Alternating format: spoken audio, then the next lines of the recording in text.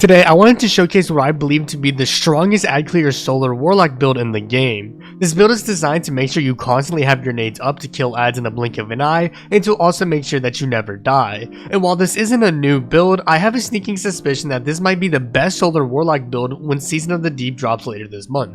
Today, I wanted to talk about the solar warlock sunbracers build.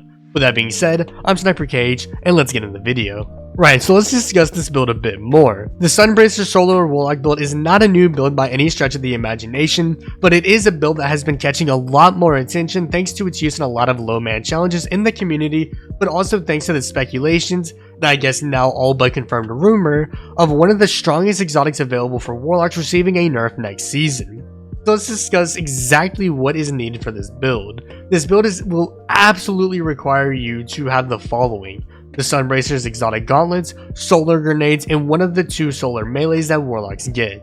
These are the bare essentials for the build, and not even having one of those items will cause this build to not work. To run down all of the items I use for this build, I start by using Well of Radiance since it is the best super in the game. Regarding your class ability, it doesn't really matter, but I tend to run Phoenix Dive for solo content and Healing Rift for team content. For melee, run whichever one you want, but I run Incendiary Snap for faster melee cooldowns. I then run Solar Grenade since you need that specific grenade for this build. For aspects, I run Icarus Dash to move faster, and Touch of Flame so that my grenades last longer and do more damage. I know a lot of players enjoy running Heat Rises since consuming your grenade heals you and gives melee energy back, but I personally prefer Touch of Flame.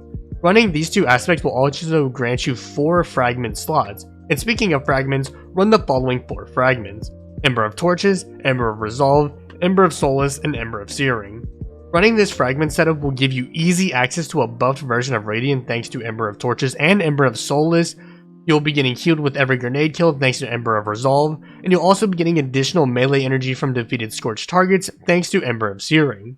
Now that we've gone deep into this build, let's discuss what weapons and mods work well with this build. So since this build is a solar build that has to do with scorched targets, you'll want to prioritize solar weapons and incandescent on them as they will do work.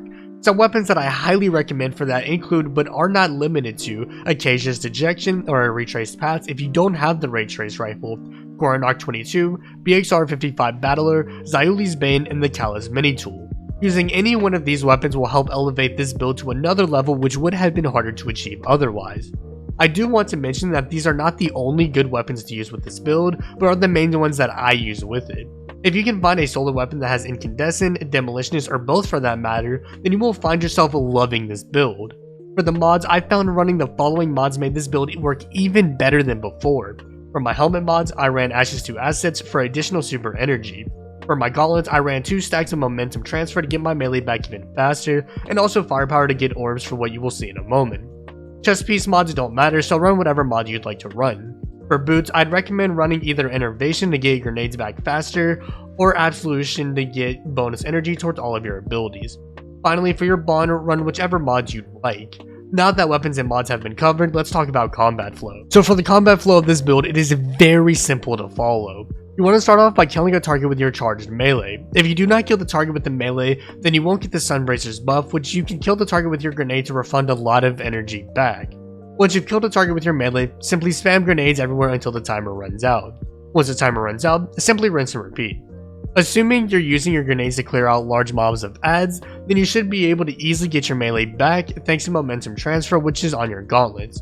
If you notice that you're struggling to get melee back consistently, then you can consider running Invigoration on your boots, as that'll grant bonus melee energy from orb pickups.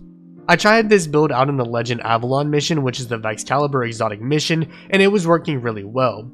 I also used this build in my high score attempts for the competitive HyperNet Current Guardian Games attempts, which I have a guide for that high score linked in the description below, and it does wonders in that scenario.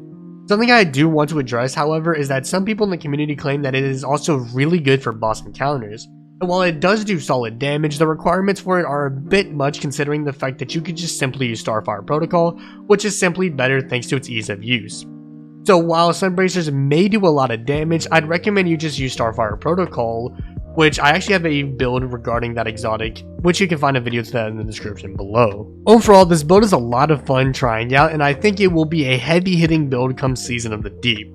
So if you want a solar warlock build to keep your eyes out on, then this is the build for you. In the current state of the game, it is not the best warlock build, but in the future it could definitely be in that conversation. Well, that will wrap up this video. If you found it helpful, then consider dropping a like and subscribing for more Destiny 2 content dropping weekly. If you want more content from me or have any Destiny related questions, then be sure to stop by my live streams that happen right here on YouTube. Finally, follow me on my social media platforms, all linked below. With that being said, I'm SniperKH, and I'm out. Good luck with gaming.